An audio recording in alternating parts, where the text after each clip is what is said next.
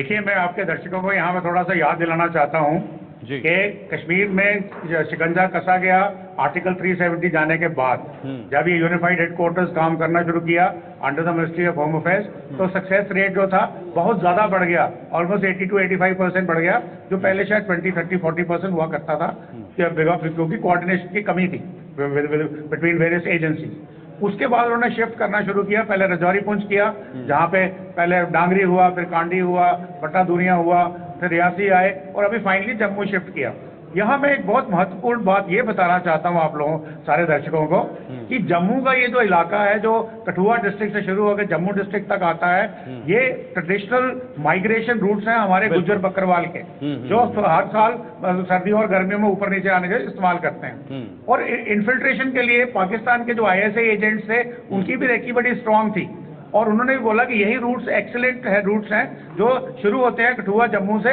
फिर निकलते हैं ये भद्रवा की तरफ, जई वैली, मरमत, किश्तवाड़, सिंथन पास और वैली।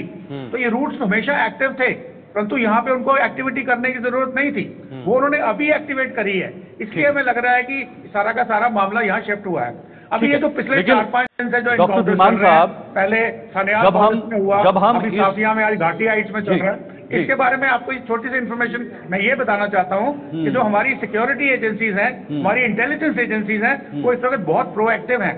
ये अगर हमने पिछले एक हफ्ता पहले हमने देखा कि यहाँ सारे फंक्शंस कैंसिल हो गए, होम सेक्रेटरी दिल्ली से यहाँ आ रहे हैं, चीफ LG की मीटिंग्स हो रही हैं, बड़ी हाई लेवल तमाशा हो रहा है, बट सब गुपचुप तरीके से हो रहा है, क्योंकि एक इनपुट डेफिनेटली थी कि कुछ बड़ा होने वाला है, और वो बड़ा हमने देखा जो सान्याल फॉरेस्ट में शुरू हुआ, और सान्याल फॉरेस्ट में 3 दिन तक हमें कुछ नहीं मिला। उसका रीजन ये भी हो सकता है कि वो अपने साथ जखीरा लेके आए, वहां रखा और वापस चले गए। और अभी परसों आपने देखा सनियाल फॉरेस्ट में बहुत बड़ा जखीरा मिला है, बॉम्ब्स का, ग्रेनेड्स का, वेपन्स का, तो वो सारा कुछ मिला है। और अभी वहां पे हो सकता है 3, 4, 5 आतंकी शायद वहां से स्लिप करके वो निकल रहे थे टुवर्ड्स, लेट्स से बनी बसोली घाटी से होते हुए टुवर्ड्स भद्रवा, तो उनके ऊपर अभी ये घाटी हाइट्स के ऊपर शिकंजा कसा गया है, जो आज ऑपरेशन चल रहा है। तो इसमें सिर्फ बड़ी गौर करने की बात यह है कि यहाँ पे जो ओवरग्राउंड वर्कर्स हैं या हमारे गुज्जर बकरवाल कम्युनिटी है, मैं उनके नेशनलिज्म पे कोई शक नहीं कर रहा, उन्होंने बहुत कुर्बानियां दी हैं, उनके मेमोरियल्स बने हुए हैं रजौरी पुंछ के अंदर। हो सकता है कि ISI, क्योंकि वो भी एनिमी हमेशा प्रोएक्टिव रहता है, अपनी स्ट्रैटेजी बदलता है, उन्होंने इनको भी कॉम्प्रोमाइज कर लिया हो, चाहे वो रेडिकलाइजेशन से कॉम्प्रोमाइज किया, चाहे डरा के कॉम्प्रोमाइज किया, चाहे उनको पैसे दे के कॉम्प्रोमाइज किया, वो पॉसिबिलिटी एग्जिस्ट। क्योंकि मैंने बड़े सिविलियन से भी बात करी, लोगों से बात करी, मैंने कहा भैया जब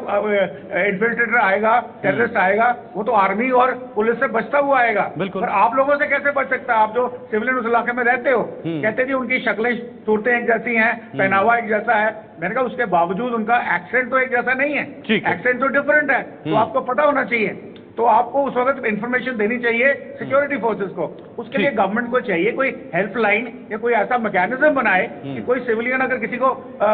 स्पॉट करता है या उस पर शक होता है, वो इमीडिएटली इन्फॉर्म करें DRF, BSF को, पुलिस को, आर्मी को, या किसी को भी, जो भी। मतलब कहीं ना कहीं जरूरत है ओवरग्राउंड वर्कर्स को कॉम्प्रोमाइज करना बहुत जरूरी है। कहीं ना कहीं जरूरत है, जिस वीक पॉइंट पर हम हैं उसको थोड़ा सा मजबूत किया जाए। ऋषि, आपसे एक सवाल लेना फिर से चाहूंगा, क्या वहां पर स्थिति बनी हुई है और कैसे सर्च ऑपरेशन चलाया जा रहा है? 3 को मार गिरा है, क्या खबर मिल रही है? अभी कितने आतंकी वहां पर छिपे हो सकते हैं? देखिए, इस कॉम्बिंग ऑपरेशन को लगातार जो वो आगे बढ़ाया जा रहा है, इस ऑपरेशन को तेज किया जा रहा है, क्योंकि जो सूचना है कि 4 से 5 आतंकी यहाँ पर हो सकते हैं, जिनमें से 3 आतंकी को न्यूट्रलाइज किया गया है और बाकी आतंकियों की लगातार तलाश की जा रही है। यहाँ पर UAV का इस्तेमाल किया जा रहा है, ड्रोन की मदद ली जा रही है, हेलीकॉप्टर लगातार यहाँ पर जो वो नजर बनाए हुए हैं। लेकिन कहीं ना कहीं अब देखना यह है कि कितने जल्दी तमाम बच्चे आतंकियों को न्यूट्रलाइज किया जाता है और इस ऑपरेशन को खत्म किया जाता है। लेकिन इसमें अहम चीजें इस समय की ये है कि DGP जम्मू कश्मीर पुलिस नलिन प्रभात जी, IG, DIG, सेना के अधिकारी, CRPF के अधिकारी तमाम इस समय ग्राउंड जीरो पर मौजूद हैं और पूरी एक पल की जानकारी जो है वो यहाँ से ले रहे हैं, सिचुएशन को पूरी तरह से क्लोजली वॉच कर रहे हैं और ये भी चाहते हैं कि जिस तरह से हमारे 3 जवान इसमें शहीद हुए हैं, तो इसमें ज्यादा नुकसान हमारा ना हो, बिना नुकसान के इस ऑपरेशन को अब जो वो कंप्लीट किया जाए और जल्द से जल्द इनको न्यूट्रलाइज किया जाए, जिसको लेकर ऑपरेशन लगातार तेज किया गया है। फायरिंग लगातार यहाँ पर की जा रही है। हालांकि बीच में फायरिंग जो वो रुक जाती है, बीच में फायरिंग तेज हो जाती है, तो रुक के ये जो सिलसिला फायरिंग का ये भी लगातार जारी है। लेकिन मैं एक चीज आपको अपडेट करना चाहता हूँ, यहाँ पर ये आतंकी इस समय छिपे हुए हैं, वो थोड़ा सा आप ये कह सकते हैं कि कोई ऐसी उन्होंने शरण ली है, यहाँ पर थोड़ा सा आप कह सकते हैं कि गुफा का जो आकार है कुछ एक इलाकों के अंदर जो नाला है नीचे पहाड़ी के नीचे, तो वहां पर वो सेफ पैसेज लेने की कोशिश कर रहे हैं, जिसके चलते यहाँ पर अब जैसे जैसे लोकेशंस को ट्रेस किया जा रहा है वैसे वैसे वहां पर अब जो ऋषि एक छोटा सा सवाल है, जो जो शहीद हुए हैं क्या वो जो उनके पार्थिव शरीर हैं उनको अब सौंप दिया गया है, परिवारों के वहां पर पहुंच चुके हैं या अभी प्रक्रिया चल रही है? देखिए ये प्रक्रिया अभी चल रही है, क्योंकि जहां पर वो उनके जो पार्थिव शरीर पड़े हुए हैं हमारे शहीद जवानों के, उनको वहां से अभी जो वो जहां से लेकर जाया जाएगा, लेकिन उससे पहले की जो प्रोसेसेस हैं उन्हें कंप्लीट किया जा रहा है, क्योंकि अभी भी जो एरिया है पर्टिकुलर जहां पर एनकाउंटर साइट का मैं जिक्र कर रहा हूं, वहां पर अभी भी अंदर जाना जो है वो हमारे लिए भी खतरा हो सकता है। जब तक पूरी तरह से उस एरिया को जो है वो पूरी तरह से वहां पर व्हाइट वॉश नहीं कर दिया जाता, इन आतंकियों को जो वो खत्म नहीं कर दिया जाता, तब तक वहां पर थोड़ा सा मुश्किल जरूर होगा। लेकिन ये तमाम प्रक्रियाएं जो वो पूरी की जा रही है। लेकिन मैं दाद दूंगा यहाँ के जो स्थानीय लोग हैं, किस तरह से वो सिक्योरिटी फोर्सेस की मदद कर रहे हैं, किस तरह से सेना के साथ वो मिलकर तमाम सामान को उस पर्टिकुलर जगह तक पहुंचाने की कोशिश कर रहे हैं, जो कि जीरो लाइन है, यहाँ तक जाने की इजाजत है। उसके बाद जो फोर्सेज है वो अपना मोर्चा संभाल रही है। सवाल लेते हैं यहाँ पर डॉक्टर दीवान, यहाँ जिस तरीके से आपने जाई वैली की बात की, किश्तवाड़ की बात की, पीर पंजाल रेंज की बात की, वहां पर हम अगर पीक बॉर्डर की आर्मी पोस्ट की बात की जाए या फिर आर्मी के जवानों की बात की जाए, ऐसी जगहों पर रह रहे हैं जहां पर पहुंचना बहुत मुश्किल है, बहुत कम साधन है उनके पास, क्योंकि जब हम इन एरियाज भद्रवाह वाली रेंज में अगर विजिट करते हैं तो वहां पर यह देखने को मिलता है कि गाड़ियां पहुंचना मुश्किल है, संसाधन, नेटवर्किंग, इन सब चीजों के बावजूद अब आर्मी को भी कितना फोकस करना पड़ेगा कि वो इन चीजों को टेक्नोलॉजी वाइज और सहूलियत पहुंचाए, ताकि अगर इस तरीके के कोई ऑपरेशंस होते हैं या इनपुट मिलते हैं, आर्मी के लिए भी वो चीज आसान हो।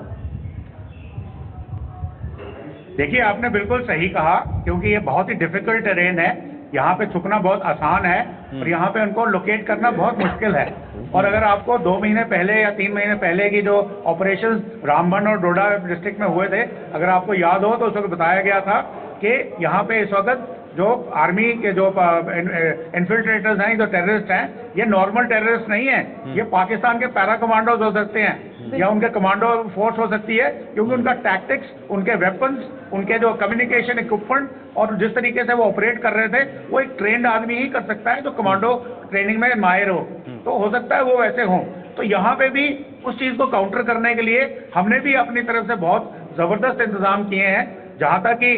डोडा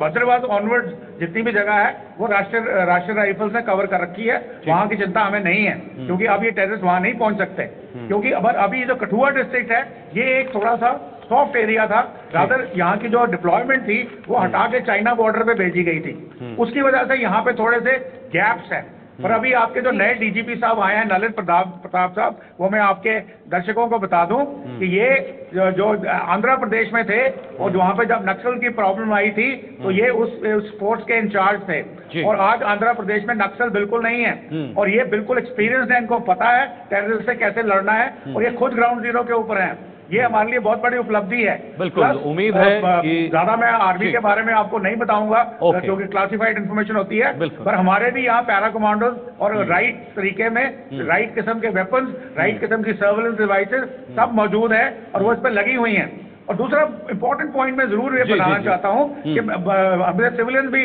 हमारे से भी सवाल पूछते हैं कि देखिए इतने दिन हो गए, क्या हम 4 बंदों को नहीं पकड़ सकते? देखिए ऐसा नहीं है, प्रॉब्लम ये नहीं है कि 4 बंदों को पकड़ना है, यहाँ प्रॉब्लम ये है कि हमने उनको किस तरीके से यूटिलाइज करना है, कैसे उनको लेके जाना है। हर चीज जो जितना भी कुछ हो रहा है, कैशेज मिल रहे हैं। अभी कल भी आपको एक राजौरी पुंछ में कैशे मिला है आर्म्स एमिनिशन का, क्या नाम है, सनियाल फॉरेस्ट में मिला है, फिर एक कहीं पे अनंतनाग के पास मिला है। ये सब इसलिए कि हमारी सिक्योरिटी फोर्सेस प्रोएक्टिव हैं, ये रिएक्टिव नहीं है।